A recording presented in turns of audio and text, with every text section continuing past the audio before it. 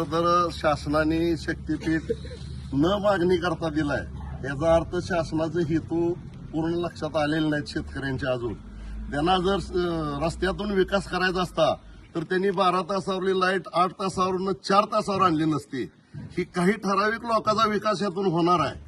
तर त्याबद्दल आम्ही सर्वांच्या वतीनं शासनाचा या ठिकाणी निषेध करतो, धिक्कार करतो. आणि जे आसमानी संकट आलेलं आहे शेतकऱ्यावर, ही सगळ्यांनी एकजुटीनं आपण लढून हे बाजूला केलं पाहिजे, सारलं पाहिजे.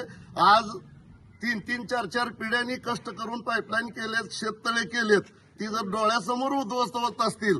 मला महादेव दायगुडे म्हणले त्यांनी विहिरी पाडून, विहिरी फोडून लोकांच्या आज घर बांधलंय, त्यांना त्या घरात राहायला सुद्धा अजून जायला आलं नाही.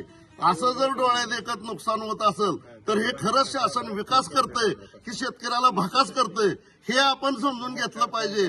आणि या बाबतीत सर्व नेते मंडळींना आपण एकत्र आणून, सगळं गाव एकत्र आणून लढू आणि हे संकट दूर करू. असं सगळ्याबरोबर आम्ही तुमच्या बरोबर राहू, एवढं या ठिकाणी अभिवचन देतो. धन्यवाद.